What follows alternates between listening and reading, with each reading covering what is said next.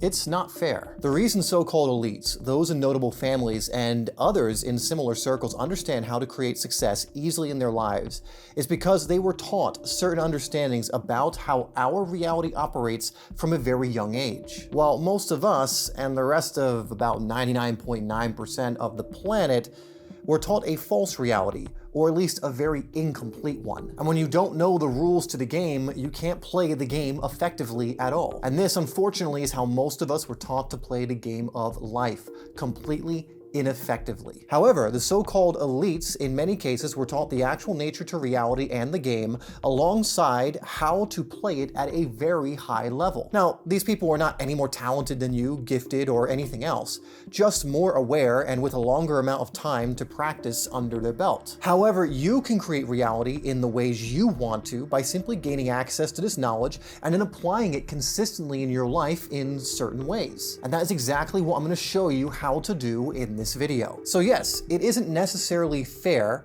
at a certain level that you were taught the false rules to reality while certain select people, or a very small percentage of people, were given the real rules. But it is no one's responsibility but your own to change and transform what you create from this point moving forward. It's time you learn the true nature of the game so that you can finally play it well and start moving up the levels, rather than struggling to get any movement at all on the very first level, which is unfortunately where most people are at. Now, many of these ideas and practices come from ancient wisdom and teachings, but have also now been confirmed in recent times through scientific data and studies. So if you are ready to finally start getting the results you want in your life, or if you want to take it to the next level, then really pay attention here, watch this video all the way through, and let's jump into it. So what many of the so-called elites know, ancient civilizations knew, and recent scientific data is confirming, is that we live in a holographic universe that operates similar to that of a simulation. Now, that isn't to say it is exactly like one of the ones that we have created ourselves, but it gives us an idea of how our reality operates at a higher level so that we can start utilizing certain principles and laws to help us create what we want. What's great about this is that if this is the case, and I suggest that it is, along with a lot of the other stuff I'm going to show you also supports it, our reality is actually very malleable, and you could even say programmable. And when you apply what we cover today in this video, you're going to see that this absolutely is the case. So now what I'm going to do is play some clips from a video I made a very long time ago that explains this in a lot of detail about how the data shows we live in this simulated type of reality, or at least operates similar to that of a simulation, some of the data behind that, and some of the things you can do to start controlling the simulation or creating your reality. So let's jump into it.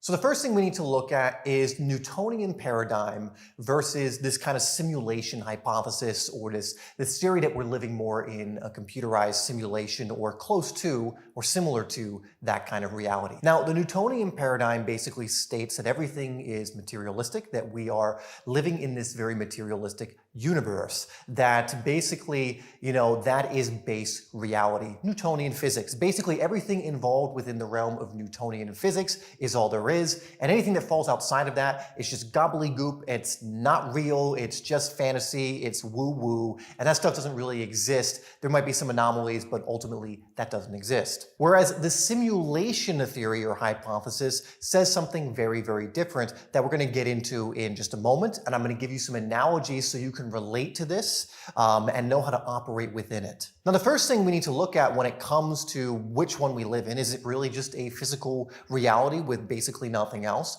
or is there something more? Is we can look at something that most scientists and researchers have agreed happened at a very long time in the past, which was the Big Bang.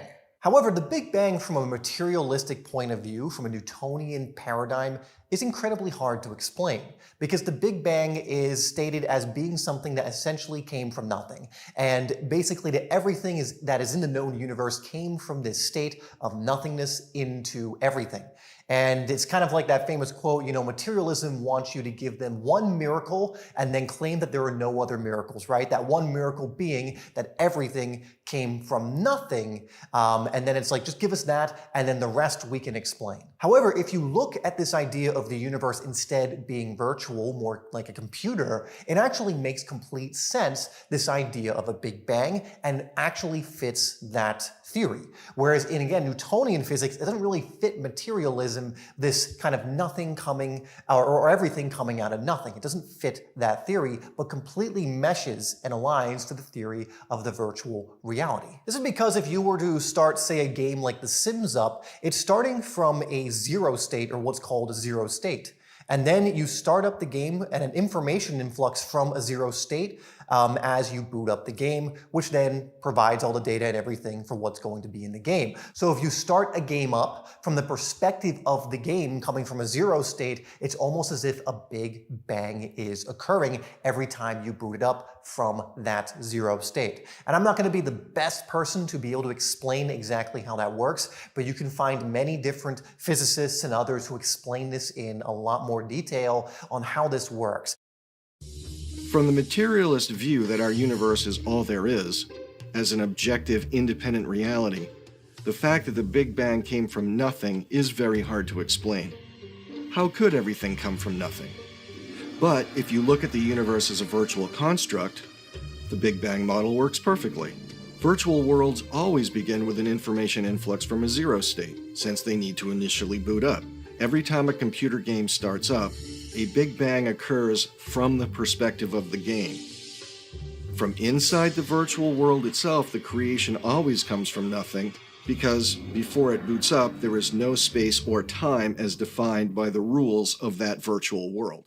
Ultimately, the simulation hypothesis is the one that lines up much more accurately. In fact, the only one that really lines up accurately as far as what all of this is, what reality is, when it comes to this idea of the Big Bang, which again, pretty much every scientist and researchers agree is something that happened in the way distant past. While materialism really falls flat when it tries to explain how it can exist as base reality with a Big Bang. In fact, something that is incredibly interesting is physicist James Gates has actually found computer code in our world when digging deep enough. So I'm actually going to play a clip where he's explaining this just a little bit, or just kind of his discovery. And I believe he's speaking to Neil deGrasse Tyson about this.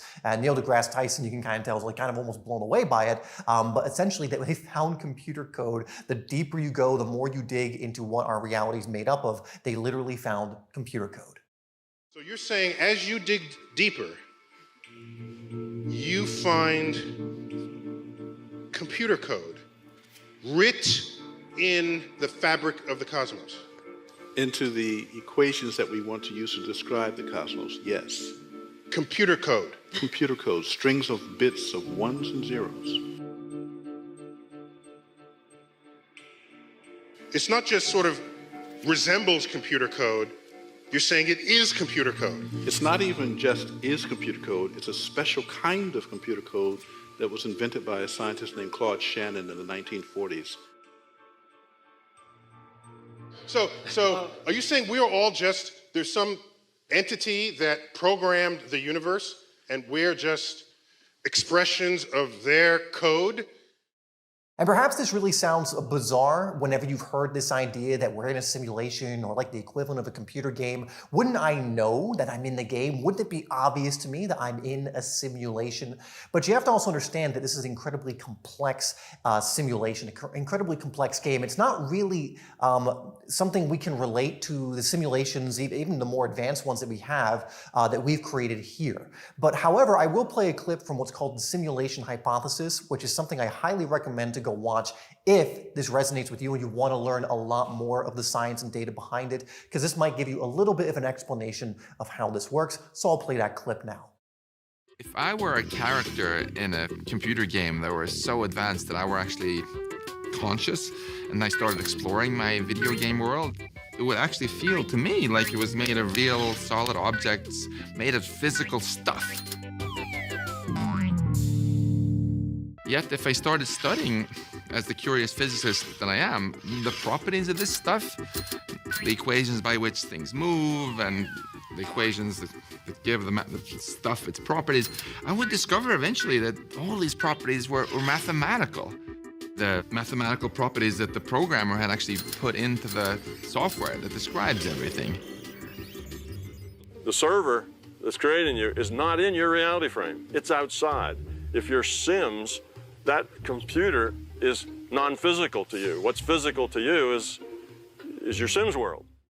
Now, another great analogy to break it down even more that kind of shows how this actually works and how basically the virtual reality and the physical reality act with each other and what their place in all of this is what we just call the computer game analogy. Now, you have to understand that the computer game analogy goes like this, that the computer game is actually a subset of a superset. And so that's just to say, let's say you play Sims. Sims is a game that you can actually boot up but only use via a computer, right? So the computer is actually what we call the superset. The game is the subset. It is within the rule set of the computer, so to speak. So the game actually represents Newtonian paradigm of physical matter reality, and it is something that comes from something much larger, which in this case we can call the computer or the superset. Now, when it comes to our virtual reality or our game that we perceive as our physical everyday lives, the subset that is actually coming from the superset, which we're just labeling again as the computer, the greater computer system. Some of us call it field, source, but we actually can label it as consciousness. And so this physical reality has actually become born out of consciousness. And so consciousness is primary, and then this physical matter reality is simply a subset coming from that consciousness. Now stick with me here. So physical reality is the subset. You have the computer, that is the superset, and this is kind of the grander scheme of things as a source, the field. And one way you can also look at it is consciousness is the one that's actually moving the joystick. If we look at it with another analogy, say World of Warcraft, the character on screen is the elf, but the player is the one actually moving the elf. But from the perspective of the elf, everything in that world seems real. The people that they interact with, the battles that they get in, the growth that they go through while they go through the game, all of that seems like the real thing, like what they are. But we know as we're watching that happen that the elf on screen isn't the true player. The true player is the one holding the joystick, making the decisions from off the screen, yet it's creating these certain events on screen. And one of the crucial ways in which we can influence our reality is to understand that the subset, the game, is actually coming from the superset. And so if we take our attention off the character, the elf on screen, which is just this physical reality, me moving around in just this physical body, and we put it more on the player, our consciousness, we can also call this our higher self. We can call this putting our attention on source. Again, we can call whatever we want to call it. But when we start taking our attention off the elf or the character and start putting more on the player, that's ultimately handling the joystick that's creating the actions of the character on screen or creating a lot of what's on the screen, then we start to have a little more influence over our lives and what actually shows up on screen. So this is where things get interesting, right? I want to go over some of the rules of this so-called simulation that you are a part of, because we all know the physical rules to our physical reality. And these rules are also very fine-tuned, but like we've mentioned, they are a subset of much greater rules, of much greater principles that determine, what we're allowed to do in this game, essentially. And so there are rules that are predominant over the rules of Newtonian physics. There are rules that go beyond it. Essentially, many of these rules can be worked around if we know to take our attention off the physical reality, off the elf character, and move it more onto the player behind the scenes. It's like being the person who's off the film set versus just the character who's on the film set. When we come off the film set, we can maybe arrange the things on set a little bit differently. We can maybe influence the script so different things are written into it. But when we're the character acting out the script that's playing in our lives, or the things on set are already arranged in a certain way, it can seem like that's just what it is until we realize we can step off set and influence things from a different perspective. Remember, this non-physical, which is the computer, is allowing the physical, the game, to be able to exist at all. And so we can learn to plug cheat codes from the computer into the game. So again, in the physical reality, there are very linear rules. This is where Newtonian physics is very useful and has been very useful and has helped us to really start mastering this physical game. But it's also caused us to believe it's the only game and that there's nothing beyond it, which has caused a lot of suffering and headache and frustration because we're not tuning into the greater game that's at large we can use to influence the Newtonian game. And the Newtonian game, although it operates on very linear rule sets, The non-physical operates in very non-linear rule sets, or at least from our perspective it does. We actually live in a very non-linear reality. Things do not typically happen on an A to B to C to D level. They usually happen in a much different way. So you can definitely continue to play from the linear model of Newtonian physics and play in that way. And it's a very limited way to play.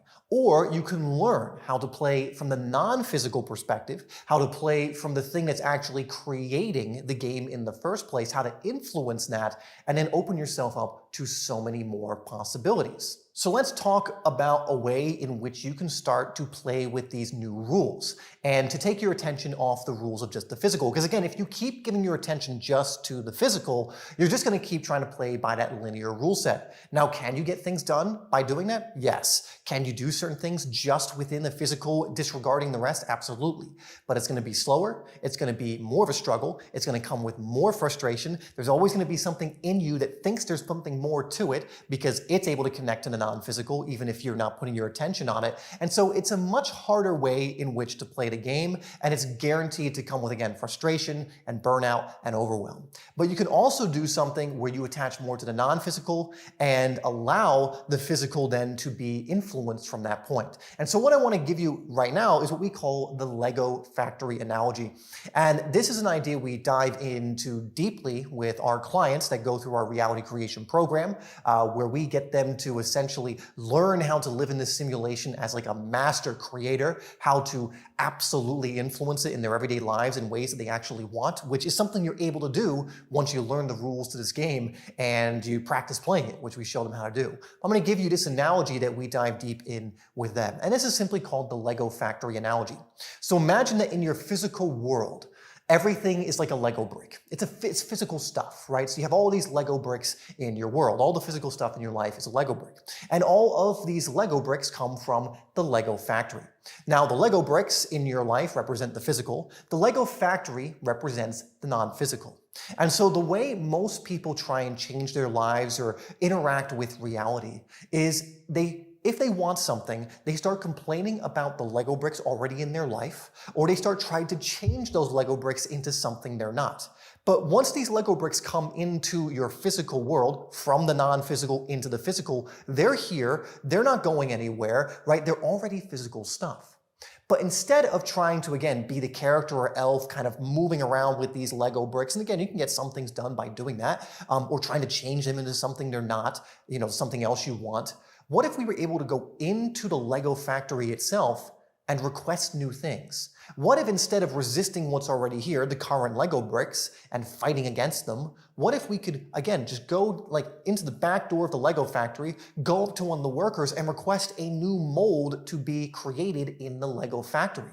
And then after enough time, because there is a time delay between the non-physical to the physical, because we're under those rules in the physical, but after enough time, that mold would be created, and then the Lego bricks from that mold would then start to come through. And so what we show our students is that this is absolutely possible, and then we show them how to actually do it.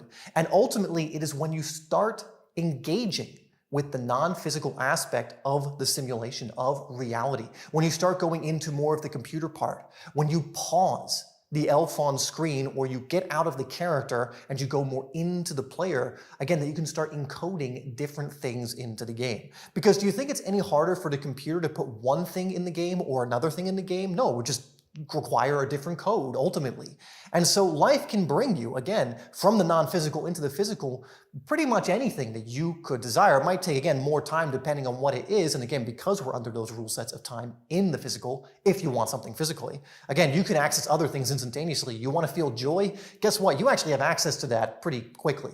If you want to access other states of being, for example, love, I could just tell you to think of someone you absolutely love, and you can access that right now. Think of a pet that lights you up. Boom, you're accessing the emotion of love. But things in the physical, because they're under the Newtonian paradigm, do take a little bit of time. And so one crucial thing we want to do is to take our attention off the current physical circumstances and keep them attuned instead to our vision. So we put our attention on the vision, which is like going into the Lego factory, essentially handing that over to the workers, and they go, okay, we'll make those molds. It's going to take some time, but we'll make those molds. Again, time for it to come into physical, and to stop getting hooked into whatever the circumstances are. Why? Because when you get hooked into the circumstances in the physical reality, which again comes from the non-physical, and you're making that more real than the non-physical, you are giving more attention to these things and simply recreating those things over and over and over again. Because now you're thinking about those things, the Lego factory is getting your order as you want more of these molds, and will give you more of the same.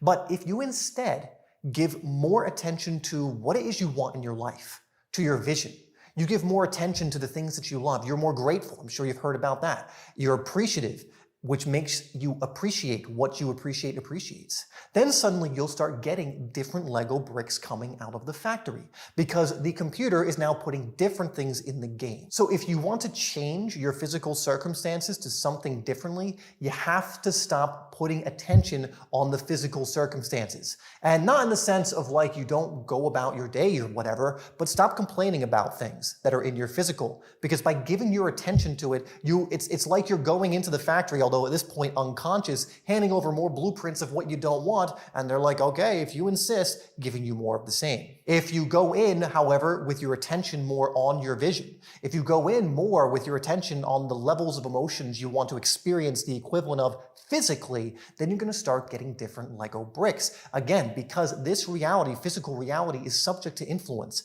What is your influence? It's your attention and it's your intention.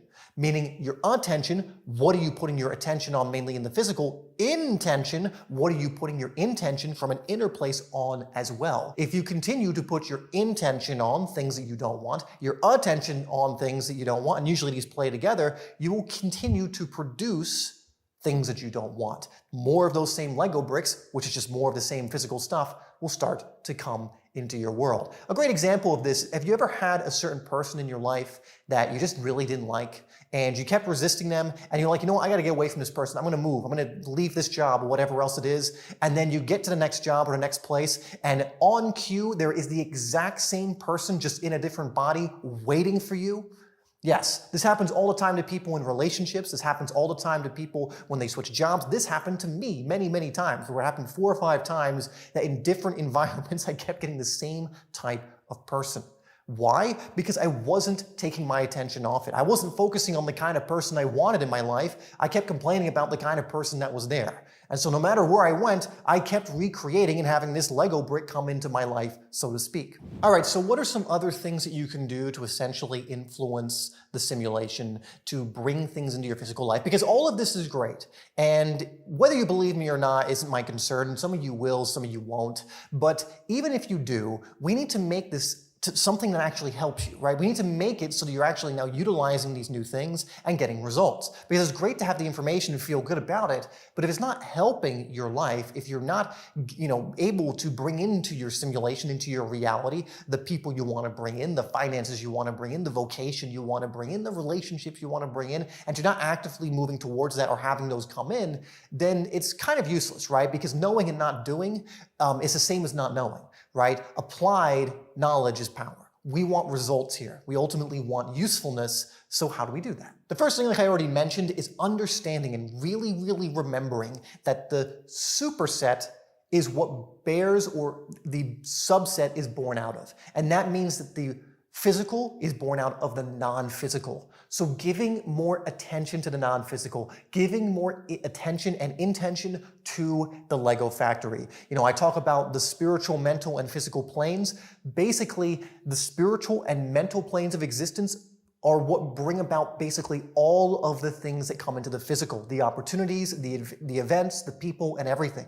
And so if you're not spending that much time on your spiritual and mental hygiene, really monitoring your thoughts and thinking more of what you do want, really helping yourself get into the feelings and energy you want to be in, then it's going to be damn near impossible to influence your reality. And so putting more attention on those things goes a long way. Again, doing the shadow work, really engaging in visualization techniques and meditations, being in good energy as often as you can, thinking and monitoring your thoughts throughout the day, getting in environments that are conducive for those two things being good. Again, if you're hanging out in environments that make you feel like crap, you might want to not be in those environments to the best you can. If you can't help it, try and spruce up your environment the best you can to influence you in positive ways. But just keep in mind, it is an absolute fact and law that the subset, the physical reality, is influenced or comes from, actually, the superset, which is non-physical reality.